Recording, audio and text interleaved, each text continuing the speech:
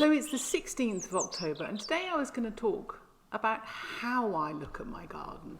Because ultimately my garden is just flowers. It's just made up of individually lovely flowers.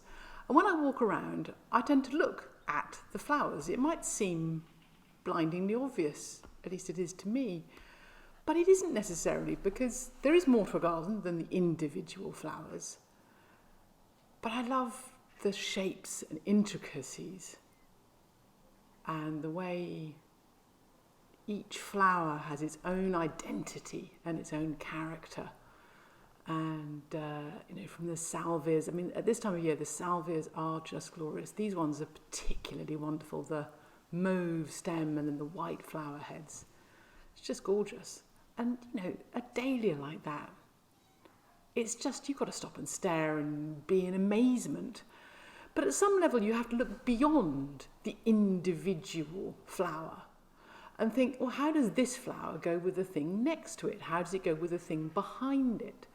And that's where you start to design a garden, and you're thinking of the shapes and the heights and the tall miscanthus and the more delicate grasses. I think it was, I can't remember the one next to it, but then you've got the little pennisetum down by the gate and the little penstemon pink dot of colour down there. And the way all these different seed heads and grasses, they sit one in front of the other, one catches the light, one's in the shade.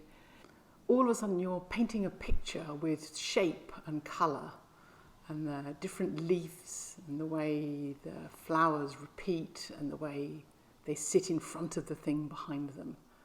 The foliage of one plant next to the flower of another.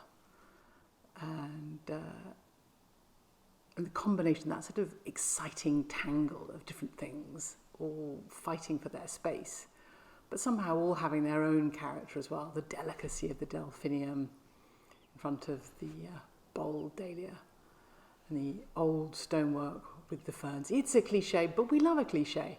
That's why they're cliches, because they work.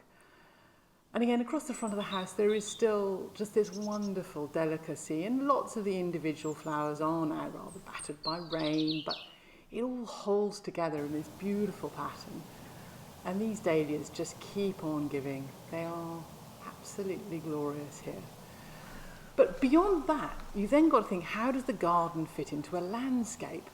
And can you borrow bits of that landscape? Can you steal it? And here, yes, the pond is glorious, but those trees, which they're not my trees, that holly is just glowing in the afternoon light. And here, yes, you could say this is a picture of dahlias, but really the brightness and the excitement is all out there in the landscape.